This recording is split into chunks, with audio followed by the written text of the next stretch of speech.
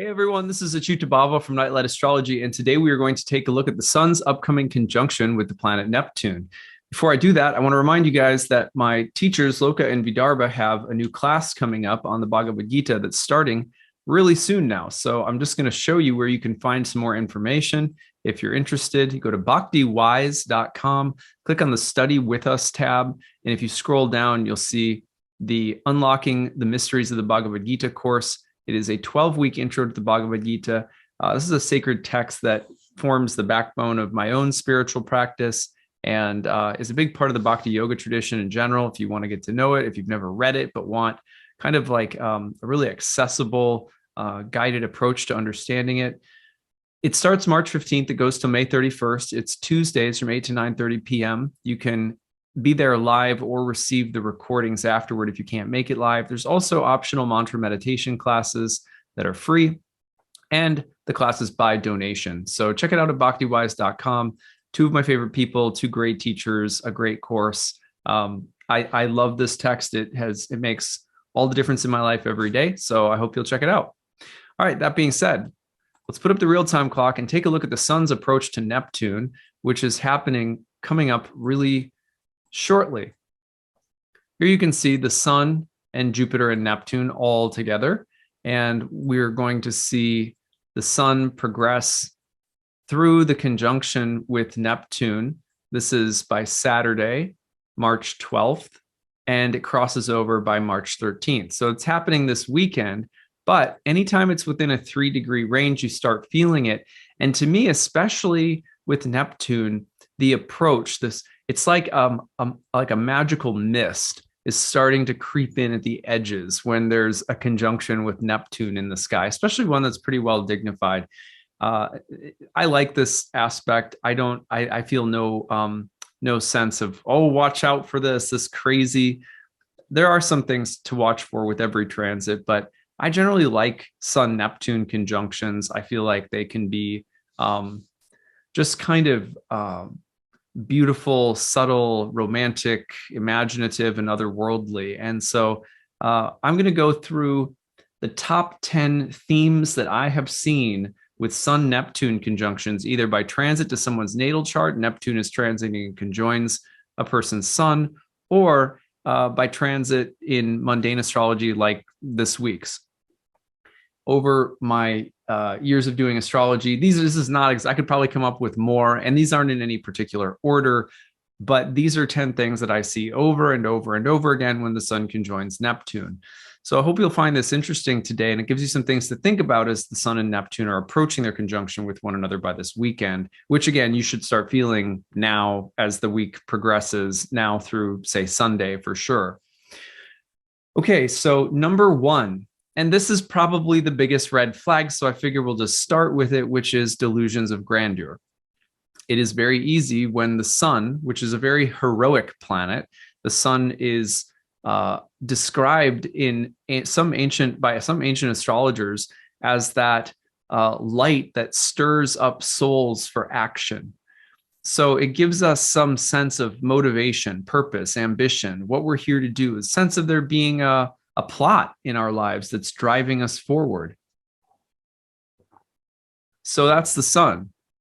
In a sense, as a universal significator in every birth chart, if you want to understand what is my life's purpose, look at the sun. It's not that there's just one purpose, or that when you get it, you get some kind of cosmic badge and then you get to the next level or something. But we live with an archetypal sense of purpose every day. The sun comes up, we get up in the morning. The sun goes up to work in the sky, we go out and do things in the world, all sorts of different things. Then the sun sets and we go to bed, or later in life, we die. So the sun's path has always been associated with the course of life and the path of action. So when the sun comes to conjoin Neptune, it's really interesting because the course of action, you could say, is going out to the transcendental ocean that is Neptune. Neptune is timeless, subtle, imaginative, mythic, suggestive, metaphorical, imagistic, and it is illusory. It is illusory in the best of ways and the worst of ways. It is romantic in the best of ways and the worst of ways. It is all about the yearning for something that can't be obtained in this world, which can be a very good thing, inspiring artists, mystics, and visionaries, but at the same time, pushing people to take drugs. So, or to want to escape because this world couldn't possibly satisfy me. This is the realm of the gods, in a sense, Neptune as a whole, but it's also the realm of the gods as a reality that is starkly different from our own. And we know the gods are really not different from our own reality, but they sure can feel that way depending on how awake or asleep we are. And so Neptune often will heighten that sense of awakeness to the magic or enchantment of the cosmos versus the asleepness, the boredom, the restlessness, and the yearning. When the sun comes together with Neptune, you get this combination that leads us to reevaluate what is my life direction, what is my life purpose. Sometimes it's being infused with some new grandiose vision, and sometimes we're being disillusioned by something that we've been doing, but we can no longer draw meaning from. So these are Sun-Neptune things, but one of the things that comes up pretty frequently are delusions of grandeur. And by that, we mean I have some new sense of purpose, but I'm inflating something. I'm my ego or my role to play or the importance of what I'm going to do, or there's some romantic or spiritual dimension to what I'm doing, but I'm making it really grandiose and sort of over the top, and developing a Messiah or Christ complex or something like that. Or I'm just not seeing or not carefully enough. I'm not carefully discerning the reality of something. And so I'm being swept up, not in something that's completely untrue, but in something that is, it's not that it's untrue. It's that we haven't weighed it accurately, how true it is, how important it is, or something like that. So delusions of grandeur, some sweeping sense of the heroic, all-important nature of something that we're feeling or doing or thinking or longing for. And we have to be careful of that. That's probably the biggest red light. Number 2, prison doors opening and light pouring through. There is this sense of redemption. Let's just call it redemption, where there has been a feeling of being stuck or pent up. Suddenly, it's like the oppressive heaviness in the air breaks because the clouds release rain and then the sun pops through. There's a sense of being healed, of releasing something, and of light pouring through, or energy or emotion releasing as something opens up. And it's like one of those days where it's really cloudy and then all of a sudden the dark clouds and then there's the golden light is just sort of streaming through the dark gray. That's a very Sun-Neptune kind of feeling. Number 3, this transit is kind of like a halo. It's the golden light of divinity. It's being able to see the all-pervasive, divine, and beautiful, the mystical, the numinous power of the gods, archetypes. It's the feeling that life is saturated and shimmering with them. It truly is an enchanted transit. Oftentimes, I can't tell you how many times in my client practice I've seen people with Sun-Neptune conjunctions, transiting Neptune, conjoining their natal sun in their birth chart. And squares and oppositions can do it too, but they will have an experience that life is divine, and I'm having a divine experience. Number 4,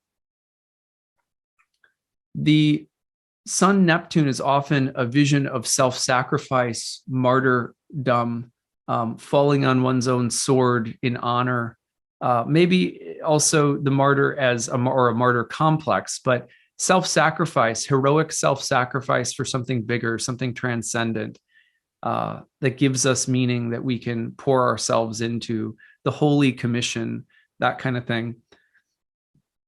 Along with that, number 5 is a vision. Let's just say you're receiving a creative download, the feeling of a transmission that's coming through. That's very common with Sun-Neptune.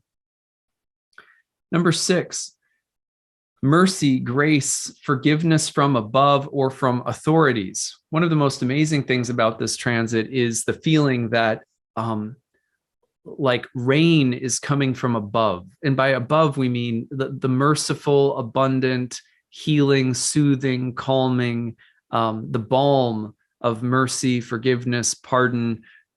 Whether that means you don't have to pay as much taxes as you thought you would, or it means that the principle is the cop is only giving you a warning on the side of the freeway. You know what? Just slow down. No ticket this time.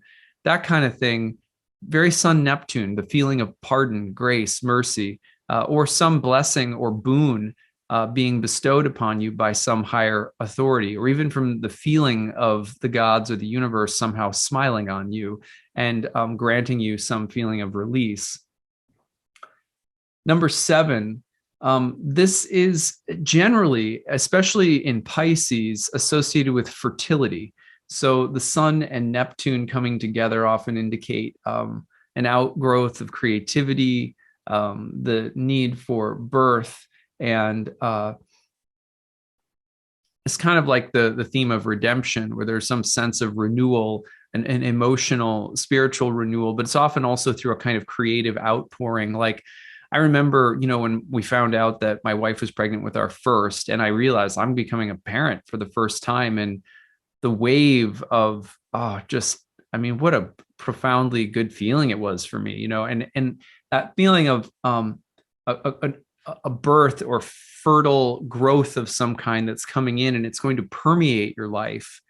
And so it's a sea change that comes as a creative wave slowly comes through, sometimes all at once. But saints and gurus, anytime that the Sun Neptune gets together, the potential to find someone that resembles a teacher, sometimes to project too much onto someone and make them into some kind of put them on a pedestal.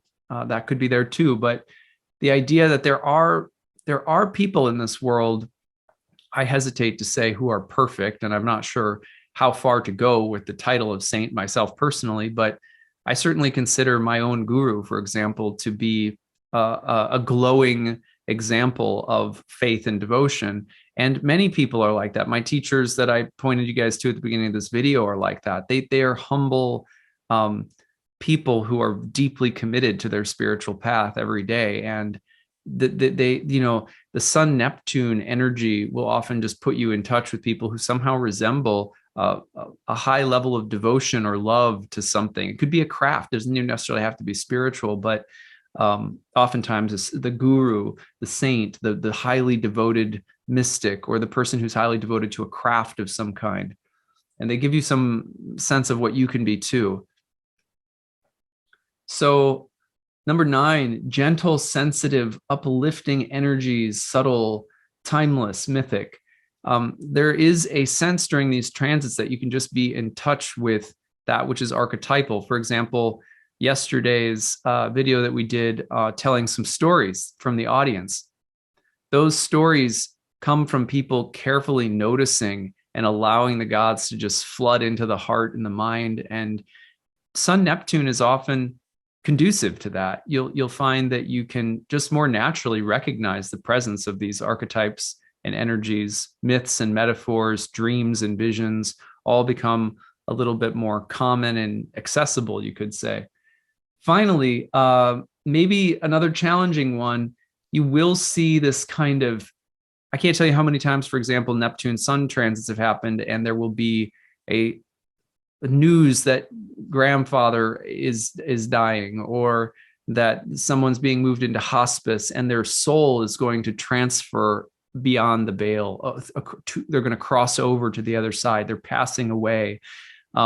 Fathers in particular with the Sun, but leaders, anyone, a solar figure. So that could be a leader, a hero, a political figure, a CEO, could be man or woman. But then Neptune comes in and it's like they're fade out. They're being carried off to another world. They're leaving their body. Usually there is a sense of it being a transition as opposed to something super abrupt. there's some exceptions with Neptune, but um, karma around dad and fathers in general can come up, and also anything that would represent a deterioration of the body or sanity or health at times. For example, if someone it comes to light that someone has a degenerative condition. I've seen Sun-Neptune coincide many times with someone's father receiving a diagnosis of, they have Parkinson's or something, or that they might be experiencing something that will start. It's almost like their physical frame is starting to melt through some degenerative process, and the soul is going to slowly be less identified with the body as the body is just washing out. So there's themes like that come up. Excuse me. So those are my 10 to watch for with respect to this Sun-Neptune transit that's upcoming. Certainly not exhaustive, but I sat down and I was like, let's come up with the top 10 things that I've seen over and over and over again. I'd love to hear from you guys. Were any of you born with the Sun and Neptune in a conjunction or a square or opposition or even a trine? Sextiles don't strike me as super strong, but especially the conjunction, I'd love to hear your stories. Use the hashtag grabbed, put Sun-Neptune down this week. If you have any good stories to share, I like to collect them and tell some stories from time to time. Email them to us, grabbed@nightlightastrology.com. We don't respond to those emails. We just aggregate your stories and potentially use them. So make sure anything you share, you don't mind it being anonymous or it being shared, but anonymously. That's what I've got for today. We will be doing another installment of the Tao Te Ching, I should say, and working our way through another couple of verses. I'm really excited. You guys, many of you know Kat, who is my social media manager. We just recorded 3 Q&A episodes, which we'd gotten away from for a long time because she was busy writing a book.